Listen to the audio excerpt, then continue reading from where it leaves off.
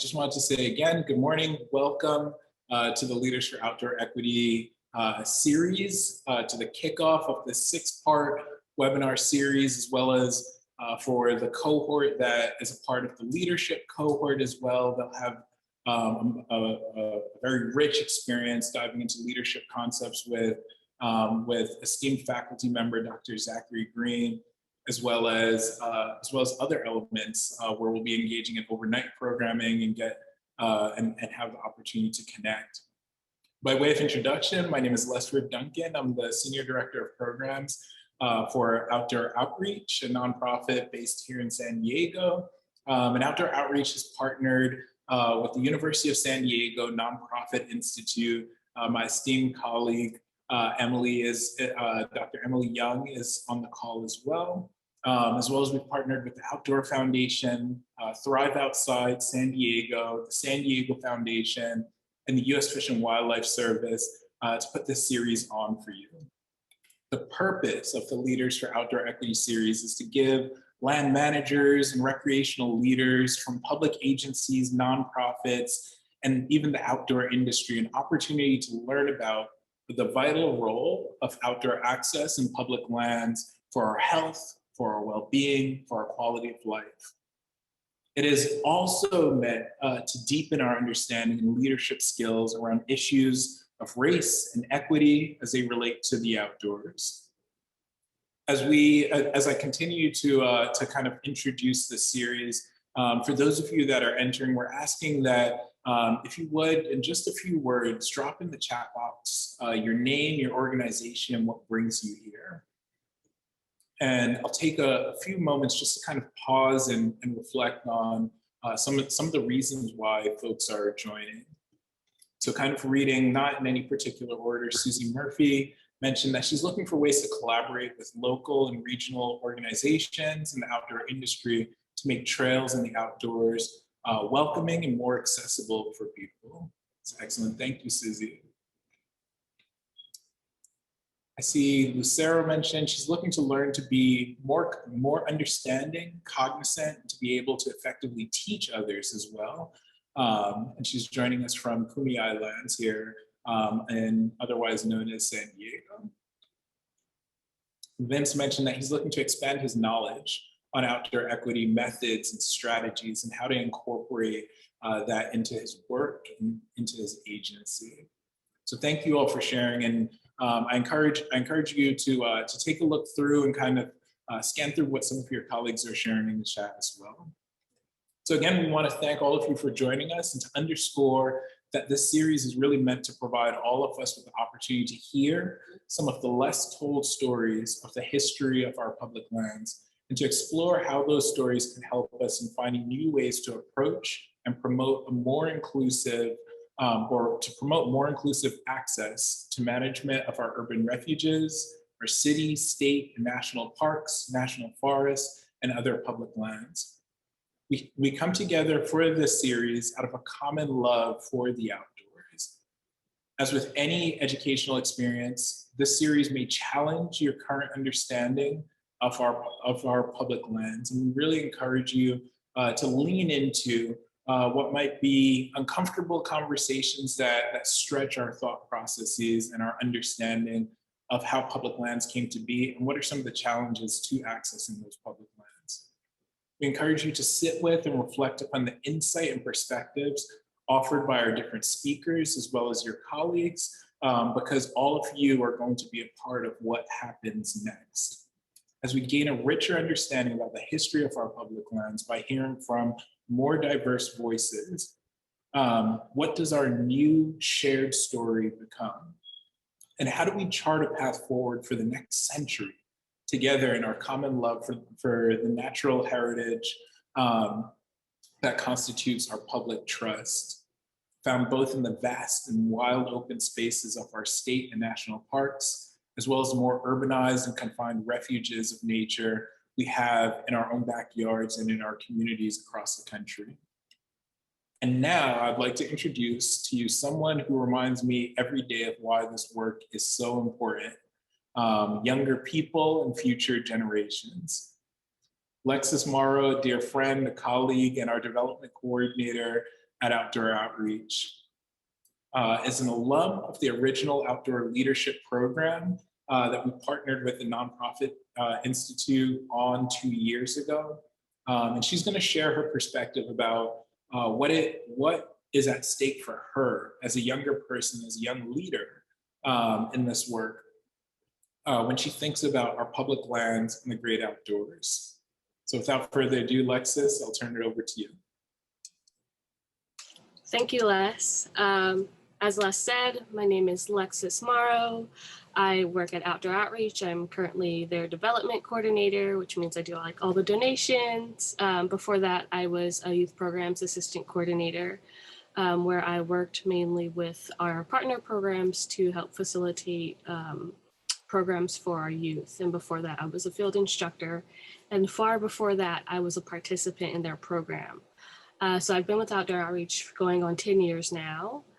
And I definitely, growing up the way I did, I didn't have a lot of access to the outdoors. I didn't really know about the outdoors until I was with Outdoor Outreach. I really thought that the outdoors wasn't for someone who looked like me because I didn't see a lot of people who looked like me in the outdoors. So when I joined their program and then eventually the leadership program and eventually became a staff, it was really my whole ideal was to be able to show the people in my community and show the people in society that this was my place. That the outdoors, the natural resources that we have in abundance in San Diego and really all around the nation, in the country, in the world, really, that these places are for people that look like me, that look like they don't necessarily belong there, that aren't the stereotypical person that belongs in the outdoors. And that was really my ideal. That's what I wanted to do. I went off to school and I came back, and that's all I really wanted to do, was to be able to show other people that no matter what society says, that they are a part of a community, and that they are a part of something. And regardless of what the society says about them, that they have the right to be there. And I joined the Outdoor Leadership Program with the nonprofit institute to really hone that skill, to create a greater effect with my own voice. I talked to politicians and public figures, but I really didn't have a lot of confidence in my own ability to really feel like I make a difference, to really feel like my voice is being heard. And really, as much as I love the outdoors and I wanted that inclusivity with everyone, I didn't necessarily understand the history behind it. I understood my history. I understood the history of a lot of African Americans in their struggles with it, but I didn't understand anyone else's history, their struggles with why they're not in the outdoors. And so the Outdoor Leadership Initiative really taught me those skills, taught me the history of everyone, and really fostered a greater love in understanding why people aren't out there, so that I can further teach people why they should be out there. So yeah, I think that's really all I have to say. So I'll pass it back to Les. Excellent, thank you, Lexus, and I'll turn it over to Emily. Thank you so much. It's wonderful to hear from my great colleagues here. And thank you so much, Lexus, for that real heartfelt sharing. And I know we're going to hear from you later on during the panel as well. Good morning, everyone. And again, thank you for joining us for this series.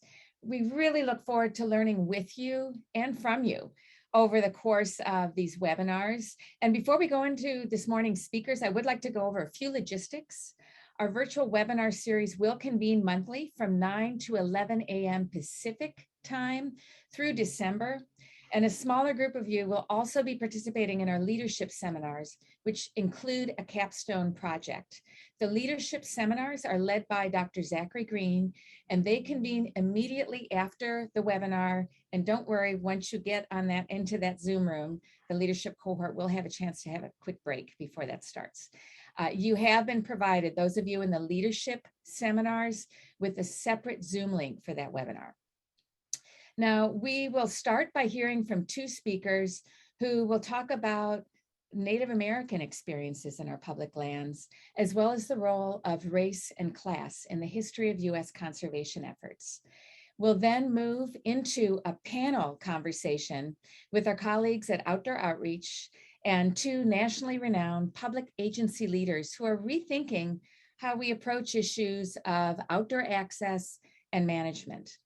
And throughout today's program, as we explore issues of race, of equity, inclusion in public lands, think about what gets activated within you. Think about what actions are suggested by what you learn here. And think about what you can do from your role to be more of a leader for outdoor equity. And we invite you to use this time, this space, as an opportunity for self-reflection. That's really where it all begins, as well as an opportunity to learn from each other, to learn together with others. And now, without further ado, I'd like to introduce our first speaker, Angela Mooney Darcy. And Angela has been working in Southern California and elsewhere with Native nations, Indigenous people, grassroots and nonprofit organizations, educational institutions, and government agencies to protect Indigenous sacred lands, waters, and cultures over 15 years. And she's the executive director and founder of Sacred Places Institute for Indigenous Peoples, an LA-based community organization dedicated to building the capacity of tribes and Indigenous people on cultural, social, and environmental justice issues. Angela Mooney Darcy, I will let you take it from here. Everyone. Hello, my name is Angela Mooney Darcy. I am from the Ahashiman Nation, Juaneño Band of Mission Indians. So our ancestral homeland is in what's now known as Orange County, California. And I'm coming to you from the unceded homelands of the Tongva people, now known as Los Angeles, California. And more specifically, I'm coming to you from Venice Beach, California. Every time I do talks, I've started to name the fact that I live in Venice, and that to my knowledge, there are only two Tongva people who continue to own land in part of their ancestral homelands along the coast in what's now known as Venice, California. And I do that because I think far too often, given the long history of erasure of Indigenous peoples, and even today, for instance, I noted that folks were saying where they were coming from a settler colonial definition of place, and not orienting themselves to whose ancestral lands they were on until I put that in the chat and asked folks to include that as well. And that, despite the fact that everyone here is someone who clearly is dedicated to and interested in learning about these issues and committed to providing more equitable access to BIPOC folks in outdoor spaces. And I name that to say that part and parcel of the settler colonial initiative is the erasure of Indigenous peoples. And so things like acknowledging whose ancestral lands we're coming to you from is a way to push back against that erasure. And ultimately, we can't get to a place where everyone feels safe and comfortable accessing these so-called public places if we don't start at the very beginning. So thank you for the introduction. Thank you to all of you for taking the time to be here today. To my fellow panelists and to the Kumeyaay people for allowing me to give this talk virtually in what is their homeland. So with that, I will share my screen and I'm going to start my presentation.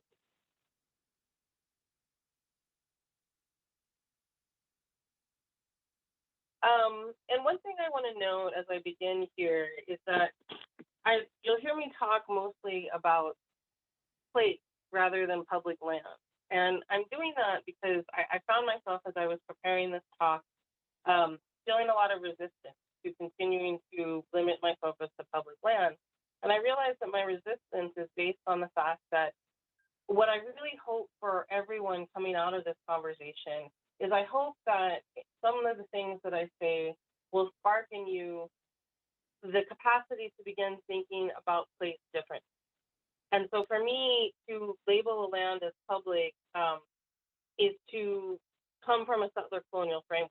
And I'm really trying in the 20 minutes that I have to break out of that model, because again, I think that that's critical in order for this to be, the outdoors to be a place where everyone feels welcome. And to that end, I want to talk about also the distinction between access and belonging, between inclusion and belonging. So I'll get to that more in my talk, but I just wanted to name that at the beginning. Another thing that I've started to do whenever I give these virtual talks is include this slide. And, you know, one, it's because protocol for Indigenous communities is to always acknowledge our ancestors and our elders. So I do want to take a moment to acknowledge any of the elders that are on this meeting today. And thank you for all of your wisdom and just your lived experience in this world. The other reason that I started including this slide is because it reminds me that for Indigenous peoples, this work about so-called equity in the outdoors is intergenerational. And it's not intergenerational over the span of one lifetime or two. It's over the course of hundreds of years. In fact, it's from the very moment of colonization, from the very moment that our relationship as Indigenous peoples was altered with place due to settler colonial invasion. And in these photos, sadly, many of the people in these photos who are my elders and mentors have passed on. And they, you know, were not the first or second or even third generation of their people to be engaged in what would be called environmental justice or outdoor education work today. So I just wanted to name that. And also, as I said, you know, promise, I will talk to you about hopefully helping you to redefine your understanding of place. And one of the ways that I think that can be accomplished is by looking at maps, but maps of tribal territories as opposed to the far more recent settler colonial boundaries that have been imposed. I include this map also because it was a map that was created by Tamara Loda Link, who's a California Indigenous graphic designer and Chumash basket weaver. And so anytime I can uplift fellow Indigenous folks and their work, I think it's important to do so. And I want to link that back to this point about erasure. Often, you know, folks completely erase Indigenous existence, or if they understand Indigenous people, it's only understanding us as something mythological in the past. And so anytime I can highlight the work of contemporary Indigenous artists and scholars, I try to do so. And if this event were taking place in person, it would be taking place in the ancestral homelands of the Kumeyaay people. So I've included these maps here, which you can find on the Kumeyaay Indian Reservation website. And I've also included the code here that you can download. Mike Connolly is a Kumeyaay tribal member. And so again, I want to uplift the work of local community people who are reclaiming their places in a variety of ways today. And so one of my favorite authors, I wanted to take a moment to reflect on his work. The first quote is from a book of his from about 30 years ago, and the second quote is from a more recent book in the past few years. When I think about my life and the lives of my ancestors, I am inevitably led to the conviction that I and they belong to the American land. This is a declaration of belonging, and it is an offering to the earth. And you know, as a writer and a poet, of course, he says this beautifully, but I just want you to take a moment to think about that, because I think fundamentally this shows the different understanding of relationship to place that Indigenous folks have. And again, to name that this relationship to place, even as it's changed over time, is hundreds and thousands of years older than the narrative that we hear about public lands today. From another one of my favorite authors, Joy Harjo, what especially makes Indigenous cultures unique is the relationship to the land. Land is a being, an entity, a repository of meaning. There is an ongoing relationship with the land. It's the keeper of our bones, stories, and songs. And in this manner of thinking and being, there is no hierarchy to differentiate values between all living beings. That, I think, is a key component that I hope you will take away from this talk, is it's an understanding that only certain human stories place humans at the top or pinnacle of a pyramid. in relation to other species and places on this planet. My organization, Sacred Places Institute for Indigenous Peoples, has been involved recently in work advocating for the Los Angeles River. And one of the biggest differences between our comments and our responses to this master plan that's come out versus even environmental organizations that we work with is it was very important and named by tribal community members that we uplift this notion of the river as being a living entity with rights of its own. And I think that's a very different iteration of place. And so again, when we're talking about things like diversity, equity, and inclusion, I would encourage you to think along the lines of belonging and relationships instead. And that in order to create those spaces, we need to fundamentally understand that the settler colonial narrative of place isn't a narrative in which other stories of BIPOC folks need to be grafted onto. It's a narrative that needs to be tossed out, not tossed out completely, but resituated, because it's but one small blip in the history of place. These places have stories associated with them since before human existence. And so understanding that we all benefit from this deeper, more nuanced understanding of place, and that's really how we get to equity. And I want to focus, since I'm based in California, and just name that, this is specifically a California story I'm talking about, but it's also a story that, though different, will be the same anywhere you go around the world. Colonization is rooted in this notion of doctrine of discovery and dominionism, and the notion of a divine right to assert authority over people and place. And that's the narrative that you see around the world. And this is what that looks like in California. And again, doctrine of discovery, many of you may have heard of this concept of manifest destiny.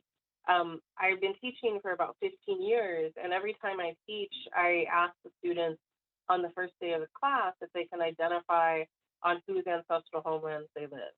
And invariably, very few people are able to do so. So that's changing recently. In the past 5 or so years, definitely more people are aware of whose lands on which they live and work. But, frequently, as I said, very few people are able to identify whose lands they're on. And then I ask the second question, which is, raise your hand if you can explain what manifest destiny is. And almost every hand in the room goes up. And then I say, it's precisely because you can answer that second question that you don't have an answer for the first. And so again, as another theme I'd like you to keep in mind through this talk is the theme of erasure and how erasure relates to belonging and access. This photo on the left, many of you may have seen, is pretty sadly iconic. It's about, fundamentally it illustrates the difference in understanding relationship to place from settler colonial society rather than indigenous society. These are buffalo skulls that a hunter is standing on top of. And the buffalo were hunted almost to extinction.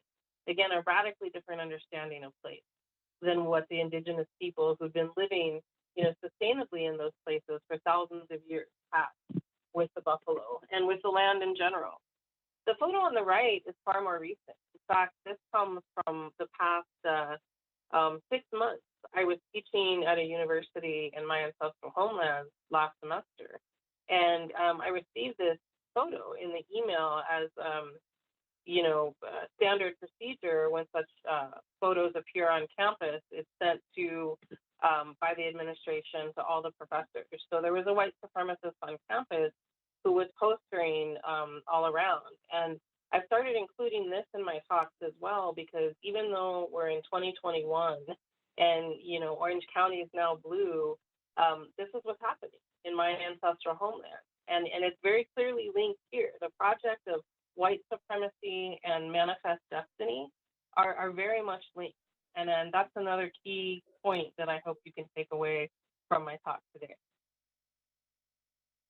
And so now I want to take it back historically a bit to California again. This quote I find super powerful because it shows the rapidity with which changes happen in tribal homelands. So these are photos of indigenous plant medicines in what's now known as California. In central Mexico, transformation of the landscape from introduced plant species took more than 300 years. But in California, that same transformation took place in just over 70 years.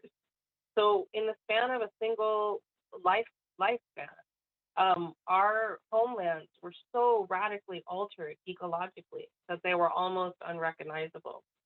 The two photos on this slide, the slide on the left is an artist's depiction of what my people and the Tongva people, what our daily life would have been like prior to colonization. And as you can see, that's the Santa Ana River there. You can see folks are living and have homes up near the river. Folks are working in community, utilizing materials from the land to create houses. And it's not about conquering the river or extracting from the river. It's about working with and in a relationship, in a respectful and reciprocal relationship with place. The drawing on the right is post-colonization. You can see here a dramatic alteration in terms of both the people and their freedom and the animals and which animals are there, because these animals are not indigenous to California, and even the way in which the landscape has been altered. And so I want to move a little further in the timeline of California to California statehood under the United States. So this quote, that a war of extermination will continue to be waged between the races until the Indian race becomes extinct, must be expected. While we cannot anticipate the result, but with painful regret, the inevitable destiny of the races is beyond the power or wisdom of man to avert. And this is from the first governor of California in his inaugural address.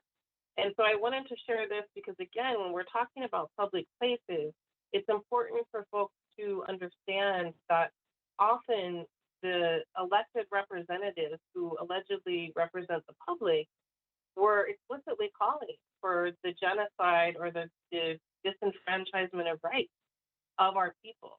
And so that relationship has to be understood and accounted for before there can be anything resembling equity in terms of public lands today. This table on the left is a table of the dollar amount spent by private militias and then reimbursed by the state of California, who was then reimbursed by the United States government for Indian hunting expeditions. And the table on the right is the allocation of what those dollar amounts would be in contemporary dollars. This is a quote from one of my tribal elders, Al Frank Manriquez, who's an artist and scholar, and she's a Hashaman and Tongva. So her ancestral homelands include what's now considered Los Angeles and Orange County, California. It's difficult to be Indian under any circumstances. Think what it must be like to see a phenomenon like Los Angeles spreading over your meadows and valleys, diverting your rivers, building parking structures on your holy sites, transforming the land that nurtured your ancestors into something unrecognizable. And it's that last piece that I think is key. These lands have, for the most part, been transformed into something that is unrecognizable by the people whose cultural mandate it is to care for these places for all time. This is representations of the kinds of activities that occur on so-called public lands and waters in California Indigenous homelands today. This is an offshore oil rig off the coast of Tongva homelands in what's now known as Long Beach, California. And the photo on the right is a map put together by Frac Tracker and NRDC, which depicts all the oil and extractive industries in California. And this map may look familiar because it very much resembles the first map I showed about the route of colonization in California. And I want to name that as well because part and parcel of colonization is the desire to extract wealth from land. And so again, we're talking about since the founding of this country, it's very much rooted in this concept of extraction and dominion. You have dominion over people in place so that you can extract wealth from the land. And that thread carries through even today. I want to talk briefly about settler colonial violence and name the pandemic and talk specifically about what it means to be a landless tribe or a non-federally recognized tribe, especially when your homelands are in the epicenter of a global pandemic. And this is really critical to consider when we're talking about something like public land, because for the federally recognized Native nations, at least the majority of them, while no tribe maintains control over all of its ancestral homeland, at least for federally recognized tribes, most of them have reservations. So they have some land over which they can assert legal jurisdiction. This is not the case for non-federally recognized tribes. So both Los Angeles and Orange County were considered epicenters for this global pandemic in 2020. And all of the tribes in Orange County and Los Angeles are not federally recognized, which means we're all landless. And so what does it mean, when stay-at-home orders are issued and yet you have no land on which to practice your ceremonies or gather your traditional medicines? And in terms of access and equity, the photo of the glowing dolphins may be something that many of you have seen before. There was a lot of photos going around on YouTube. And this was actually taken in my ancestral waters in what's now known as Newport Beach. And I included this photo because while it was beautiful to see these videos of dolphins, frolicking in the water and the bioluminescence and just reflecting on the beauty of nature and being in the outdoors, the reality is that this moment can only be achieved by those coming from multiple places of privilege. White men with enough wealth to be able to own their own private boat were able to access the beach during a stay-at-home order, violate the stay-at-home order and the curfew, go out on their private boat, and capture these images of dolphins. So they were able to engage with and experience the beauty of nature in a way that the people who have lived in these homelands for thousands of years were not able to experience it. And again, I want to talk about resistance briefly. This is another quote from Joy Harjo. So when we say resistance, it often means we are resisting a way of thinking about the land and each other. We do not consider the land something to be bought, sold, or cultivated. Resistance means honoring this relationship, means honoring this life force and those powers of this earth that feed and inspire us. Another way that we resist is through our place names. This is a map of my ancestral homeland, a part of it. And you can see, and it's available in our tribal museum in San Juan Capistrano, the Blas Aguilar Adobe Foundation. And I'm always amazed that given the brutal history of settler colonial violence and explicit state-sponsored attempts at our genocide, that any of our culture is maintained or retained. And I think it's truly a miracle and speaks to the power of place that we are able to continue to name these places in our own languages. And this is in Kumeyaay homeland, since again, we're coming from Kumeyaay homelands. I know I'm almost out of time, so I'm gonna move kind of quickly. But this artistic rendition on the left is actually created by a Tongva artist in support of the Kumeyaay struggle. Many of you may have been aware last year under the Trump administration, the attempts to build the border wall through Kumeyaay homelands actually bisected the traditional homelands of the Kumeyaay people and would have destroyed burial grounds. And so these are some contemporary ways that Indigenous peoples continue to resist and show up in solidarity for one another. And this is in Crystal Cove, Newport Beach, in the shared ancestral homelands of Tongva and Ahashiman people. The photo on the left is a group of Tongva, Ahashiman, and Chumash folks, for many of whom this was the first time they'd ever visited this place, even though it was a central village site for both of our tribal communities. And I want to name that we were able to be there and access and reestablish relationship with place in this way because we formed such a positive relationship with the Crystal Cove Conservancy in this state park. Here's another example, the Kashaya Coastal Reserve, of a moment when lands that were considered public were reclaimed by tribal community members in a manner that better served accessibility for everyone, tribal and non-tribal folks. And I want to just name that there's a relationship between consent, Indigenous health, wellness, and land, and that consent cannot be unilaterally obtained.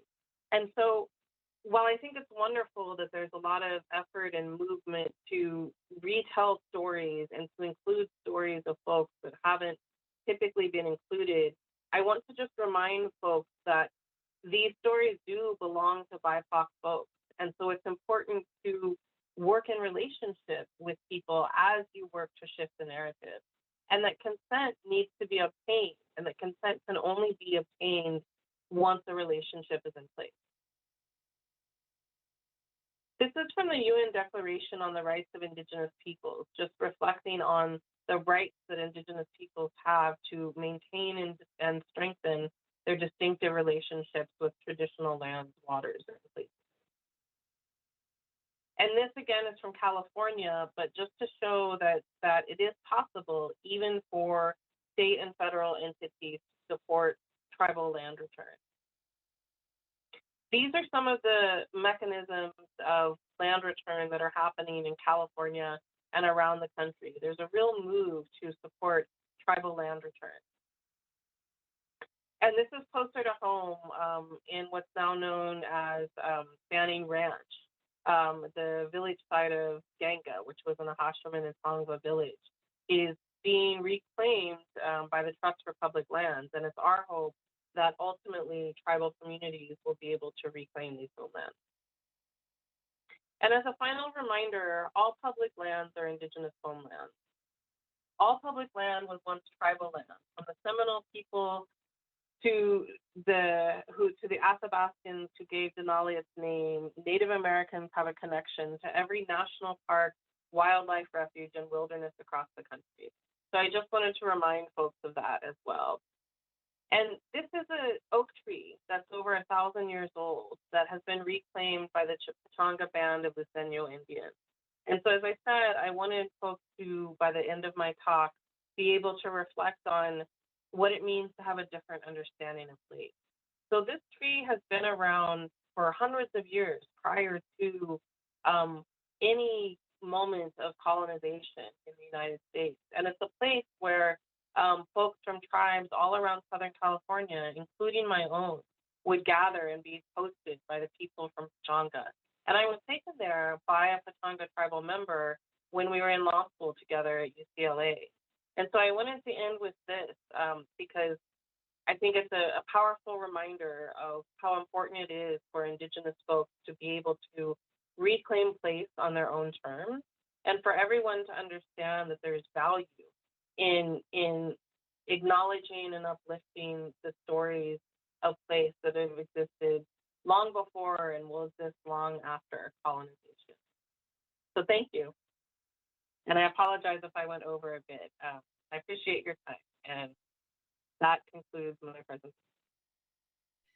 Well, thank you so much, Angela, for such a rich presentation. And there's so much there for all of us to take in. And I'd really like to invite the audience to sit and reflect upon what you've heard. Think about any questions you might have. We are going to, after we hear from our next speaker, Dr. Dorceta Taylor, have a bit of time for some questions and answers. But thank you so much for just an amazing presentation. Also, I'd like to encourage people, as you reflect again on what Angela Mooney Darcy had to share with us, if you want to put questions in the chat now, please feel free to do so.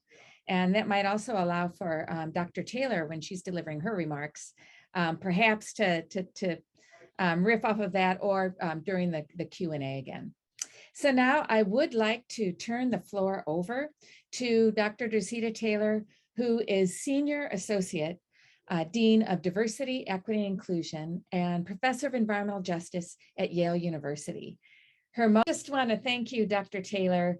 And I have to say, actually, I'm kind of glad you didn't have slides, because it really, just hearing you talk about these things was really powerful.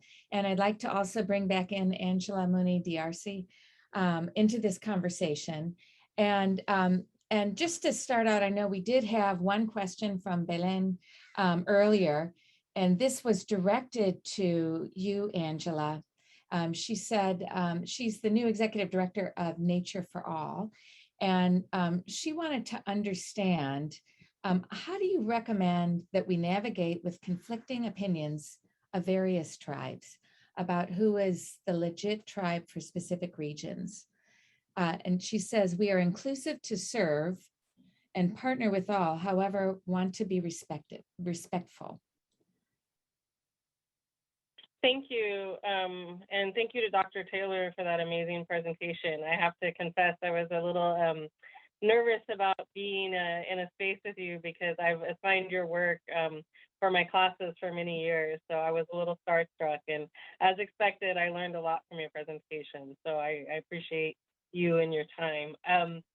To answer the question, I think the answer is there's no easy answer. But what I would like to say and share with everyone is decolonization is hard. It took several hundred years to get us where we are today. And that's several hundred years of sustained intergenerational trauma. And what I find a lot is that there's a big difference between people really wanting to do this good work and actually being committed to doing the good work. Because doing the work is really hard. There are going to be conflicting narratives about whose land and whose place it is. And those conflicting narratives are often going to be informed by lateral violence, which is directly a result of a system of sustained institutional white supremacy over generations. And so the best you can do is talk to everyone. But I think the worst thing that folks can do is just give up because it's hard. I've seen a lot of times institutions try for a little bit, and then they don't get a response, or they don't get the response they want, and then they're done. But if you're in it for the long haul, you have to be in it for the long haul. It should take just as long to heal the relationships that were severed from colonization as it did to sever them. Thank you so much for that, Angela. And I do have to say, you know, the more I know, I'm definitely a student of Dr. Taylor's as well. I've heard her speak before, and I've read her book and the study in 2014. And it really prompted me to really want to go and read more stories and understand, listen to podcasts, read Native American writers, read writers whose voices I hadn't heard before. And it's made me realize I've gone on a long journey for the last 5 years, and I'm still learning every day and trying to make sense of it. And so there, I would like to ask both of you, you know, this is very painful. It's painful to read about and write about and talk about erasure and violence and deliberate disenfranchisement of people and land and water and wildlife in our history, and how it relates to, as Angela, you said, our so-called public lands. I'm just curious, how does all of that drive your work now, what you do? Can both of you share, and I'll start with Dr. Taylor. Can you share, how does this drive your work? How does it play out in your work now? I realize it's always been a part of the work, but now that some of this language is there to embed conversations in, I really do spend a lot of time urging younger folks, many people like yourselves who are on this call. Many folks sometimes say, I don't know where to start, so I'm just probably not going to do much. I'd say take very little. I started some of this historical writing when I literally was reading my daughter's a bedtime story. And I was reading the Harriet Tubman story, and all of a sudden I sat there and go, this is absolutely crazy. Why hadn't I thought about Harriet Tubman as an environmentalist until I was reading my 2-year-old's, a bedtime story about slavery? Those are the ways in which academics really damage and ruin their children's lives, by reading them that stuff. However, as I was reading it and I could hear myself say it, I could also hear myself thinking, why aren't other Black folk writing stories about ourselves, but coming in it not just as, here is somebody who's great on the Underground Railroad, but putting that context around it. And so I would challenge everyone on this call to take something, it could be something very small, and start to do the research, spend that time. It might take you 9-10 years to get it all together, but we have to write our own stories, our own narratives, because that's one of the most effective way of getting back at settler colonialism, erasure. As you sit and look at me, I'm a child that was not sent to school until I was 7 years old. And when I was deposited in a schoolroom, I could not read, I could not write. So something about that, I didn't say, therefore I'll be illiterate for all my life, but I then started to value knowledge and the acquisition of knowledge. Who has that right? Who gets it? Who doesn't? And who is prevented from getting it? And so this power that we have is the power of going back, like the Sankofa bird from West Africa with the neck behind it, go back and fetch that knowledge of the elders, fetch that knowledge of our people, and write it in our own way, in our own thinking, in our own being, and contribute. There are too few of us like Angela, like myself, who are out there kind of, taking all the incoming fire by doing this. I want to see basically so many people writing these stories that we fill the bookstores, we fill the internet, we fill the blogs with our own pictures, with our own stories, with our own counter narratives. When I was at first, I thought I was just going to write one short article after I read that Harriet Tubman piece about it. Here, I looked 4 books later, 3 books later. I finally kind of promised my kids I wouldn't write anymore. But that is in all of us. That ability to take one story, write about it, find a place, that beautiful oak tree that you showed us, Angela. That tree shouldn't stand there without a story around it, without us being able to honor it. But writing is one kind of way, but there are other ways in which we can start to tell those places and utilize them in a way that bring our youth along, bring them to understand that, when I tell my students, if you were Harriet Tubman and you were dropped off, or if today, if somebody dropped you off in the woods someplace, can you get yourself out of there? And you're in the 21st century, the same thing with all our youth. If we don't have those skills, if we don't have that knowledge and that understanding of how to be in the woods, the urban area, and all the different parts of nature, we're writing our own extinction. So to me, it is that critical, it's that important that we have people that can survive in different spaces, not just the urban area with a cell phone and a fancy car, but in all these other spaces, and be able to really make life work. Thank you for that. And Angela, I know we have just a minute or two left. Is there anything else that you want to add now? And I know we will be going into a panel. And what I was thinking was for both Dr. Taylor and Angela Mooney D'Arcy, if there are questions that come in the audience, I think it would be wonderful too if there could be a bit of chat on the side and that chat conversation between you if you feel comfortable with that. So Angela. Yeah, I just wanted to comment on a couple of things. I just agree and underscore everything Dr. Taylor said. And just want to add, in one of her recent books, Angela Davis uses a term which just was like, wow, to me. I couldn't believe I hadn't thought of it before. But she talks about the importance of respecting the genealogy of a movement. And I would add to that and talk about respecting the genealogy of a place. I think it's wonderful that now there are so many folks and institutions within the past 2 years who are beginning the process of understanding that white supremacy exists as institutions and needs to be dismantled. But I think to take it back to Angela Davis's words about respecting the genealogy of a movement, Black folks, Indigenous folks, BIPOC folks have been engaged in these movements and fighting to share our narratives since the first moments of colonization. And again, it takes me back to this point about consent. And so I'm happy that there's so much excitement around this work. And I think it's critical that folks are always checking in with themselves and their team about whether or not there has been consent developed to tell these stories, and who really is in the power seat of telling the stories, and who's getting resourced to do so. I think that's a very important point.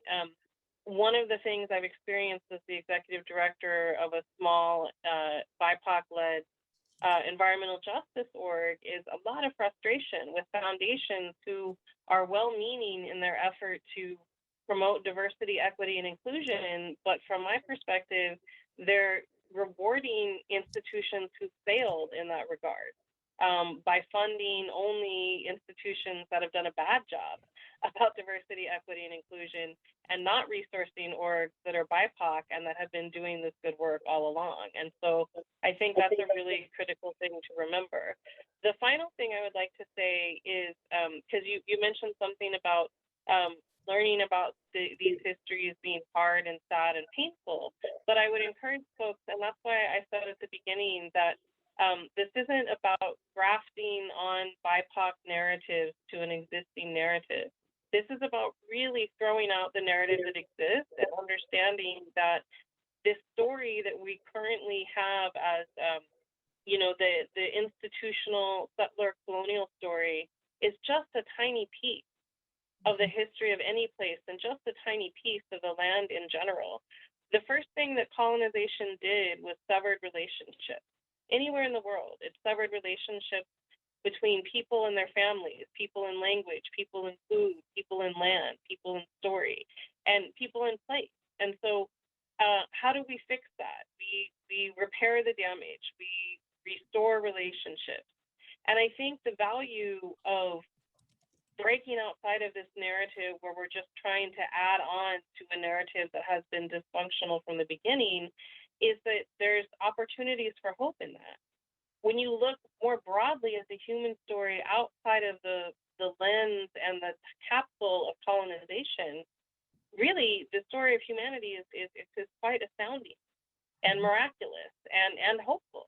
And so while there are portions directly related to the settler colonial interloping into Indigenous cultures around the world, there's so much hope and beauty in what existed prior to colonization, and therefore what is possible if we all work together to dismantle what we're currently operating under.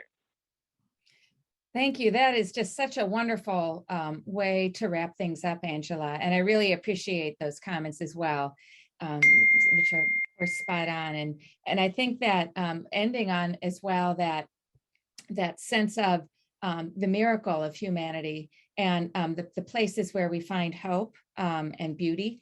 It's actually a really great place to also transition now to our discussion panel.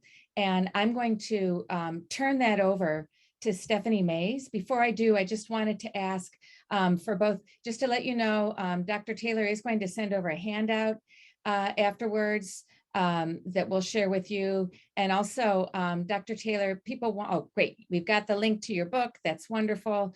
And Angela Mooney Darcy, I know you mentioned Michael Connolly and other Native American writers. Anything that you'd like to share in the chat now, including from your organization, that would be most helpful for the people on this call. And so thank you again to amazing speakers, an amazingly rich conversation. We really only scratched the surface there. And now what I would like to do is turn the floor over to Stephanie Mays, who is the managing director of the Outdoor Foundation. Stephanie, take it away. Thank you, Emily, and thank you, Angela, Dr. Taylor. What a phenomenal hour it's been, and I'm just so inspired by your all's work, and I think it was a great foundation for this panel conversation we're about to engage in. And as our speakers have noted, our so-called public lands and waters really were established within this broader context of Indigenous genocide and displacement, the massacre of wildlife such as the buffalo, the legacy of slavery, and increasingly polluted industrial cities in the 19th and 20th centuries. Contemporary disparities in use of and access to so-called public lands are a reflection of this history.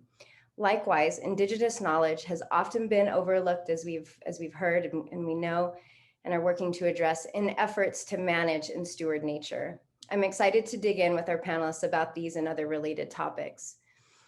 On our panel today, we have Dr. Armando Quintero, Director of California Department of Parks and Recreation, Martha Williams, Principal Deputy Director for the Federal Fish, Wildlife, and Parks, and Lexus Morrow, whom we heard from earlier today, Development Coordinator with Outdoor Outreach and Nonprofit Institute Outdoor Leadership alumni. So my first question is for Director Quintero and Principal Deputy Director Williams. With these considerations in mind, can you share your agency's vision for carrying out its mission in the coming years? Good morning, everyone. And thank you, Stephanie, and thank you so much to Dr. Taylor and Angela Mooney, DRC, for your presentations. They were just amazing. You know, I'll use a quick story in that the first official state park for California was Big Basin. It was established in 1902, right in the period of the issues that were going on as described by the first two speakers. And so by 2020, we had almost 120, and if you go back to Yosemite, 160 years of traditions that had been evolving for 120 years when it came to public lands. But in 2020, the wildfires in California burned Big Basin literally to the ground. The forest was profoundly damaged. All the historic structures burned to the ground. And this happened at a moment where we are facing the threats of climate change, wildfire, drought, sea level rise, extreme weather events, a pandemic, and social and political unrest. And in all of this happening, it's been clear to all of us that public lands are essential landscapes for all of us. And we need to work to amplify this message. So our challenge now is to describe and apply the new traditions that we have to create for the next centuries to come. And we have to be thinking about a sustainable future for public lands that includes the role that public lands play in societal and world health. And along those lines, we need to elicit the best wisdom in terms of applied science, social science, natural and cultural resources information. Parks infrastructure needs to be designed and developed to be truly sustainable. And we need to make sure as we do this work that these parks are for all. Inclusivity and planning is essential in order for parks professionals to understand how we can make the best decisions with the intentional inclusion, and I'll repeat that, an intentional inclusion of the ancestral and inclusive parks, public parks constituencies. Our language is changing. I mean, it's an amazing time to be in this room with all of you. We now use terms like sea level rise adaptation, wildfire resiliency, and in essence, equity and inclusivity needs to be a part of everything that we do in parks. And I'll finish with this. We have been working to literally reimagine Big Basin State Park, and we are working with park partners, tribes, public, and a number of other groups to literally recreate this first state park in California with an eye toward a century from now. And believe me, that includes that we will be telling the stories, we will be intentionally telling the stories of all people in California, for all people of California. And I like to say this, that whether it's the 300th generation or the first generation.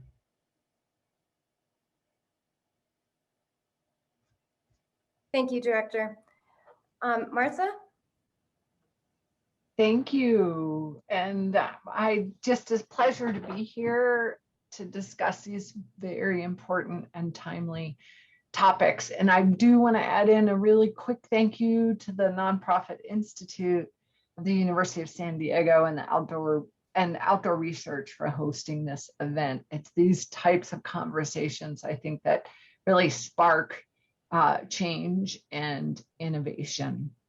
And also, I want to recognize, and I'm so proud of the Fish and Wildlife Service's own San Diego National Wildlife Refuge Complex and our partner Thrive Outside San Diego Collaborative, because I think that this is an example of our best path forward. So in many ways, nothing can be more important to the future of wildlife conservation than developing the next generation of leaders to advance equity and inclusion in public land management and recreation. Why? I mean, I believe that's our future, in building that bench and building it with those individuals who really do understand context, who understand place, who can build in these social sciences as we deliver our scientific message as well. We also, I think we all understand on this call that wildlife conservation, but really any conservation, works best and it's most durable if the public, if communities, if those around where the work takes place are really engaged and take the lead, and people support that which they help build. I think that can sound trite, but it's so true. And so how do we do this with an eye toward the future, while recognizing and acknowledging the past? So the U.S. Fish and Wildlife Service, for those of you who don't already know this, our mission is working with others. We conserve, protect, enhance fish, wildlife, and plants and their habitats for the continuing benefit of all American people. So that why I say that and bring it up is the key piece of that to me is we recognize up front that this entails working with others. We can't do this alone. We don't want to do it alone. And that we really incorporate and honor that piece of our mission. We have over or almost 9,000 dedicated employees across the country, really where I think their jobs are, and I think I know to be careful with this, or kind of their first love, or that they're so engaged and care about this work that it sometimes bleeds into all facets of our lives. And I think that's tricky. I think that's a gift, but also to recognize that we manage the National Wildlife Refuge system as an example that does encompass over 95 million acres of public land, over 500,000 acres in California alone. There's a refuge in every US state and territory. More than 100 of them are close to major urban centers, and there's one within an hour's drive to most major cities. So the San Diego National Wildlife Refuge Complex is an example of one of those urban refuges. So I raise this because I think often when people think of public lands, they may think of the Forest Service or national parks. When I think of public lands, I think of any land that's open to the public. So I think of public lands as including state parks, including municipal parks, including national wildlife refuges. So if we're talking about this land base of public land that's meant to be open to the public, have we paid attention to who feels invited there, who feels safe there? What kind of experiences you can have there. So in your question of thinking of the future, I think I know we are paying very close attention to, are we being inclusive? Do people feel safe in these locations? And how are we thinking about that? And so I think it's the work that we do in our management of these specific lands. Another key component, I think, is what do we look like as an agency? Are we employing, are we being truly inclusive in our workforce? Are we employing diverse, pulling from diverse backgrounds? And I think that's going to be really critical. I'm like so many others, I'm learning so much so fast. I hope fast, and that's a gift. But I think the tricky part is that we recognize we have so much to learn. One thing that really resonates with me is understanding that people the power of seeing somebody who looks like you, who represents where you've come from, to know that you have a path forward in that agency. So I think that's also really important. So I have much more I could say, but I think it comes down to how we do our work and who we are to demonstrate how we do that work. Thank you, Deputy Director Williams. I think one thing that we heard from folks joining earlier this morning was that people are really interested in better understanding what are some of those practical, tangible tips for, for this work. And so I'd like to circle back with you both on that shortly. But first, Lexus, I'd like to dig in with you a little bit on some of the remarks that you made earlier. You talked about sort of your experience growing up and your own sort of self-identity within the context of what it means to be sort of an outdoorist, so to speak, and really broadening that. And so that was really helpful. And I think if you could kind of build on that and think about when, whether it's in your role at Outdoor Outreach or just in, in community as a whole, when you think about promoting more inclusive and equitable sort of outdoors, where do you think that we collectively need to focus, and sort of advice and just your analysis on that piece, on where we can focus and how?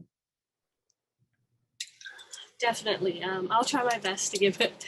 I think that the focus, and I can't speak for everyone, definitely not.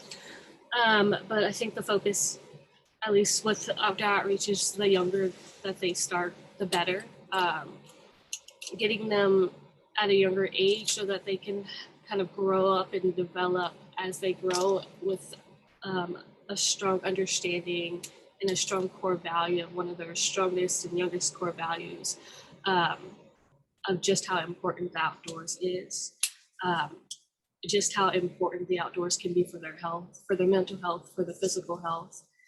If they have a way of understanding how important the outdoors is to them, and their capacity to learn, and their capacity to understand other people, and their capacity to heal, they're more liable to then, as they grow up, care about those environments. To care about the people that are in those environments, and to care about protecting those environments. I think that's like the biggest, I guess, advice that I could give for it, as someone who started somewhat late. I was 15 when I joined Outdoor Outreach. I do. I think that for me, I missed out on a lot that, for 15 years, I didn't have this touch with the outdoors. And I care about it so much because of how impactful it is that it had for me when I was in high school, and the things that I was going through, and the trauma that I experienced when I was younger, that it helped heal. That I think that having that coping mechanism early on in life would have done me a lot more solace. That instead of finding healing or necessarily a comfort in it, I could have found a solace in it, where instead of an aftercare of everything that I had been through, a way to heal myself in time, in the moment. And I think that's really the biggest thing for, the youth in getting started with youth younger, is that they have that understanding so early on that that's something that becomes intrinsic to them. Thank you, Lexus. And I just want to minimize, I hear you when you say you wish you would have started earlier on, and I think about the same within my own personal, but my earlier on was much later on than your earlier on. So thank you for that. And I really would love if we have time to dig into some of the tactics and the program while we're doing it Outdoor Outreach to do that, because you are doing such a wonderful job in partnering with organizations to increase access for youth, particularly in underserved communities. And thank you for that. Director Quintero, you talked about creating new traditions within your agency, and I'd like to talk with you or hear a little bit more about What does that tangibly look like for you? What sort of practical examples? You gave a great example of how you're implementing the vision of the agency from a sort of large project standpoint, but from a day-to-day operational, partnering with community members, engaging community. Can you talk about what you mean when you say developing new traditions? And just to kind of put Martha on deck, I also have a similar question for you about partnerships. You're direct. I got it. Sorry about that. Great question.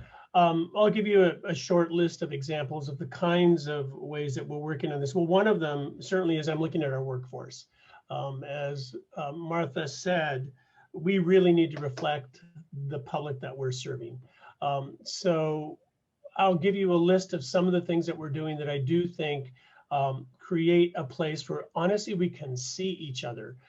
As a Latino going to parks, and working as a park ranger for a long time, I was always, well, a couple things surprised me. One of them is through my entire career as a park ranger, I cannot tell you how many times I was reminded by others that I was Mexican.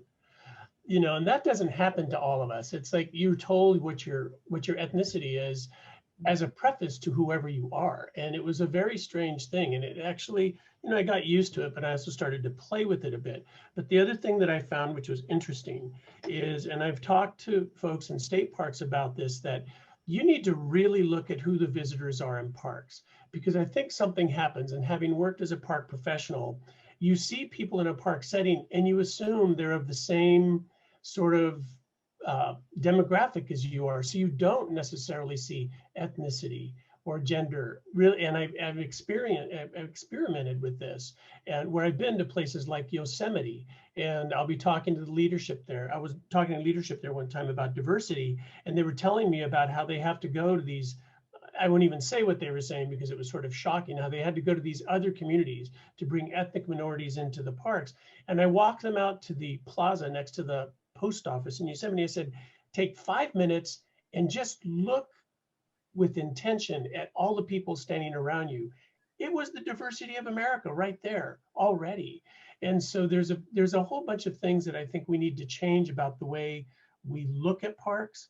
I thought it was very interesting when Dr. Taylor mentioned that, you know, there were police offices, basically police stations put in parks first, which is, I had never heard of it spoken about that way. So really one of the things that I'm interested in is seeing how we look at everyone and make sure that we're including folks, but I'll give you a quick list. We are now working on co-management agreement with Native American tribes to enter into literally partnership and employment with parks in managing landscapes. We are regularly in contact with our friends at Latino Outdoors, Outdoor Afro. We have our park partners, Parks California, California Parks Foundation, Save the Redwoods League. We are all looking at how we create more inclusive access. And a part of that really is by looking at who we're hiring, as well as who we're seeing when they come into the parks and who we're messaging to. We're also focused on creating more urban state parks. And that's, I think, an amazing opportunity for engagement. And I think of urban state parks for everyone to be gateways to other park areas and public lands, as Martha was saying. You know, that's a real mystery that folks think that there's a single definition for what public lands are, when really it's just not only a huge definition of what they are, but an equally huge array of career opportunities. And that's the other thing, is that people, you know, they see a ranger hat and think, oh, that's what I have to be to work in a park. No. And so with public lands, there's stories to tell about employment opportunities. And I'll finish with just two quick other things. In California State Parks, we have a grants office. It's called the Office of Grants and Loans. And since the year 2000, we have distributed, this is an incredible number, $3 billion to communities around California for park-like investments, for the purchase of lands to create open space, purchase of land for recreation centers, educational programs at zoos, community swimming pools for communities that can't afford it. And one of the things that I see is the need to really demonstrate that public lands are where you live and they're connected to the other public lands around the state. And that is, and we actually have 3 offices that distribute grants around California. It's the Office of Grants, our Off-Highway Vehicle Program, and Boating and Waterways. And all of those are looking at community opportunities for investment and experience. And then 2 other things that I'll finish with this. One of them is we have a program called Re-Examining Our Past, where we are intentionally looking at how we tell the full stories of the parks and places in the state park system. And that goes to talking about the origin of names, which we in some cases are changing, and in others, making sure that we go back to tell the stories of humans from 10,000 years past to present and going forward. And even better is that we have the people who are the descendants of those people telling those stories. And then one last thing that I think is also important, it's a work in progress, but very important. There's a special assistant to the director at State Parks who is creating an online atlas of the Native people of California. And it is an amazing project. And I think of it as, and I know that the intent of it, I inherited this when I came into this role, is it's for the Native people of California, where they can look into their histories that are documented, and they can bring documentation to these histories. It's an amazing online resource. So there's more, but I'll stop there. Sorry. No, that's great. Thank you, Director. Deputy Director Williams, similar question. How are you sort of operationalizing your vision, the vision that you articulated during the first question? What are some day-to-day programmatic pieces of what your agency are doing to really increase inclusivity and help build greater access to the outdoors? Really good question. And I'm going to try to answer it, I think, in 2 ways, Stephanie, where I think we need to address it from the top down, bottom up, and throughout the middle. You know, it needs to be infused in all of our work. So I am actually, I can't overstate that my first day with the Fish and Wildlife Services, I was sworn in. The president and the vice president made very clear day one that COVID, economic recovery, climate change, social justice, racial equity are our key areas of focus. So from the very top, day one, there was a clear direction to say, we will focus on social justice, racial equity in everything we do. So from the president to the Secretary of the Interior, who she's, you know, a remarkable spokesperson on this topic and is so powerful in her message and how she delivers it to me to then pass along. I think that the leadership within the Fish and Wildlife Service has been hungry for this, that it's a topic that has bubbled up and they've been waiting to be given the empowerment to implement it. So I do think that's an important piece where this work is very much supported and empowered from the top. Then how do we instill it in our everyday work? I know that we are working to improve our relationships with tribes, recognizing tribal sovereignty, recognizing opportunities for self-governance, recognizing, as the director had said, opportunities for co-management where that's helpful. I think in the past, there's been much discussion about improving formal consultation with tribes.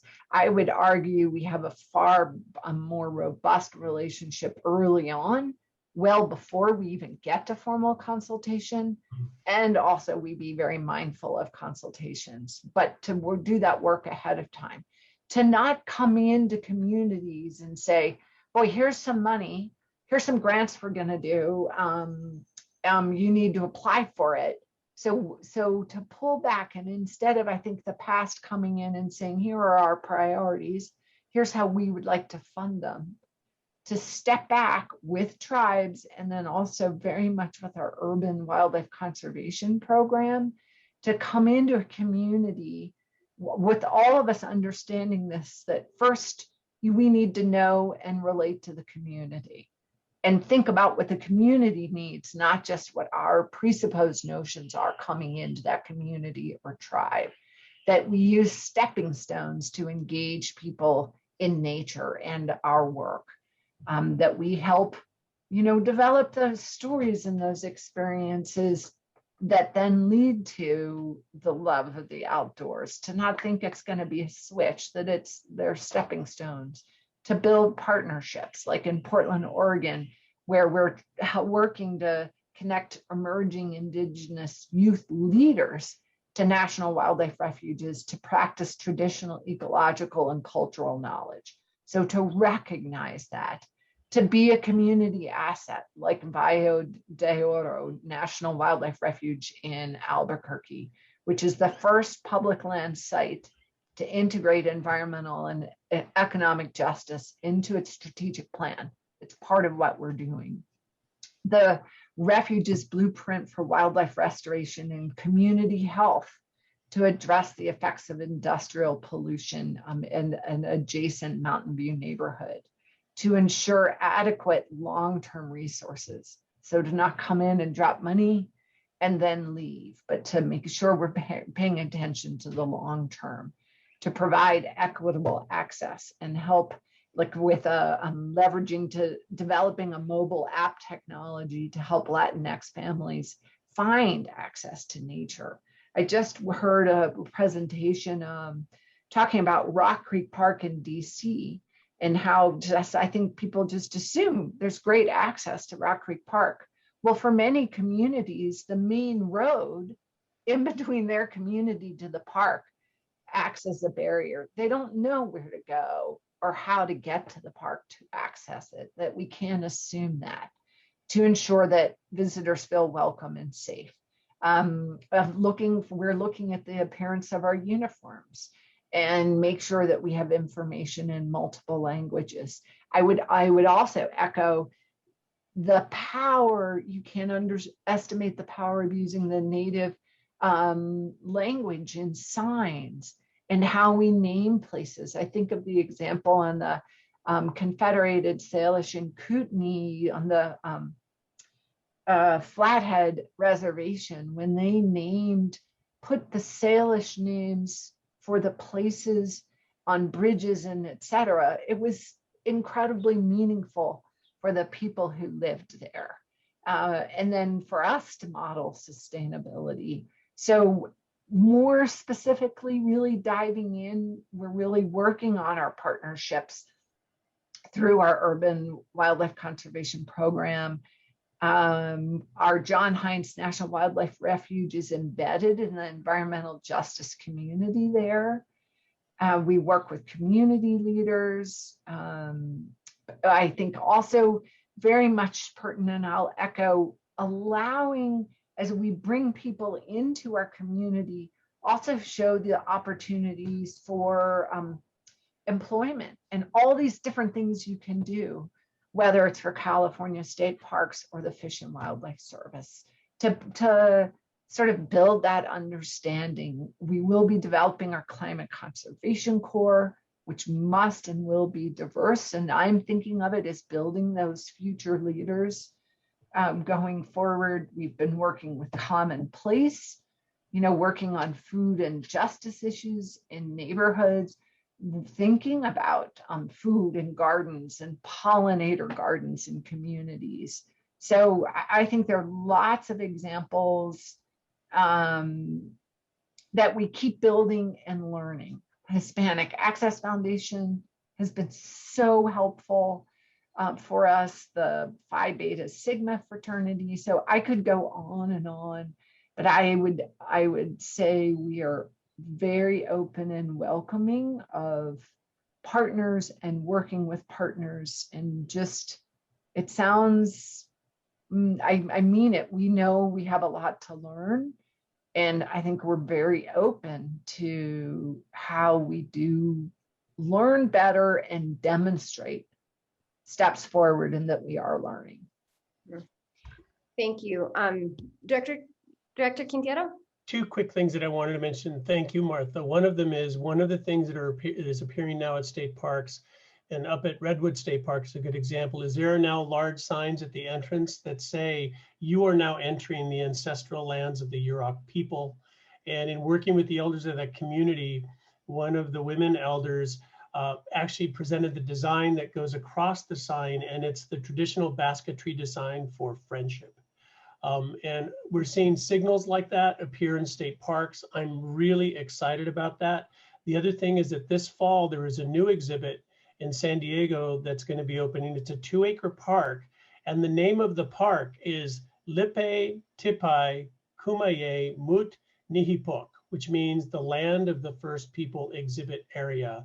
It is a 2-acre park just about the Kumaye people, and all of the signage has the first language is in Kumaye, the second is Spanish, and the third is English. That's the new tradition. Thank you. And before we open it up to questions from participants on the panel, Lexus, I have a whole slate of questions to ask you, but I really want to, I want to ask you, what do you feel like is most important to share within the context of this conversation? I have a question around, you know, your work at Outdoor Outreach and specifically around the programming that you all are doing to reach youth. I have a question around what recommendations you would have for the directors on how they can deepen their partnerships and how they can increase the work around access and inclusivity. And but all that being said, I really want to lean on you and what your recommendations are and what you feel is really resonating with you to share with this group. I think that what's resonating with me, and it's something that it's been spoken about throughout the whole presentation, is really to go into these communities. You can't necessarily help from the outside in, not effectively. You don't necessarily know every trauma, you don't know all the history, and you don't know all of the things, all the barriers that might be happening for these communities. And so I would definitely just reiterate to just go into these communities. And I mean, go into them as far as you can, reach out to them as much as possible and really get their opinions, their history, their burdens, really be open to understanding everything that comes with it, because the outdoors is such a diverse place in the history of everyone, whether it's good or bad, whether it's good and bad. And so these histories need to be talked about. These generational traumas need to be heard. They need to be accepted and acknowledged. I think that we can do a lot of things from the outside and change a lot of policies and, you know, change, you know, how we talk about things. But if we don't go into these communities and really affect change inside them, listen to what they're saying, and accept what they're saying, then we can't really change anything. You know, it's not necessarily about fixing a community. It's about helping the community grow themselves. It's about the community, you know, building themselves up, and giving them their own strength so that they can further affect change in their generations and generations to come, so that they can create a ripple effect that's positive and not negative. Thank you, Lexus. Really, really appreciate that. I want to be cognizant of time, and I know some folks have a hard stop at noon or 11 Pacific. One question did come in from Manuel, I believe. I think that Director Quintero partially answered your question, Manuel, but do you want to elaborate on that in a minute or two and see if we can have additions from Dr. Quintero if he has additional thoughts? Are you on still? Oh, there you are. I see you. Hey folks, thank you everyone that has presented today and some of the thoughtful questions in the chat as well. Yeah, I think Dr. Darcy mentioned earlier something about inclusion versus belonging, pointing to, you know, inclusion is kind of being invited into existing systems that already are established. And like, you know, the park systems was something that were kind of detailed earlier as being part of this colonial project. that kind of is there to instill like, or to erase Indigenous folks. And I know we've mentioned in like putting in like historical sort of like monuments within parks. Dr. Quintero, you mentioned the giving back of land up in Big Sur that happened last year. I'm just curious if there's additional efforts to do this, and also thinking about consent versus partnership, and going, you know, to Indigenous folks and asking them, hey, can we do this, instead of like inviting them to the table from the get-go, instead of asking them for consent, like asking them for partnership. So yeah, just curious if there's continual efforts like that, similar to like the Big Sur land back situation that happened. I think there, as I mentioned earlier, there are things that are happening in state parks that are signals, and then there are things that we are doing that are absolute actions and address, I think, what you're asking. One of them, for example, is there are a number of parks where traditional groups have come in and have access to any traditional plant materials and other sorts of gathering that they need to do, and that was even accommodated during COVID, for example, at a number of parks. There's a number of parks where traditional structures are being built, like roundhouses and ceremonial centers, and they're not just an exhibit, they're actually, and when I worked at Point Reyes Seashore, by the way, I'm talking to you from the ancestral lands of the Coast Miwok people. And in 1986, when my father passed away suddenly, the elders of the Kashaya Pomo tribe up here called me, and they held a mourning ceremony for my father in the traditional roundhouse at Point Reyes Seashore, which was it's a recognized ceremonial center. The public can't go into it. And I know that there are places like this, for example, up at Redwood, where there's ceremonial houses that are actually used by the Yurok people. And that is something that I'm very interested in seeing, is sort of the sort of, not even reappearance of people in the land that their ancestors came from. So there's a number of movements there. There's another thing that's also very important and critical, and that is the issue of repatriation of remains. And that is a huge focus for us. We are actually right now in the process of hiring several new Native American employees, and their full-time job is going to be to work with repatriation around California of Native American remains. And I have to say, my first day on the job, when I found out what was in storage, it broke my heart. My response was, those are children. Thank you.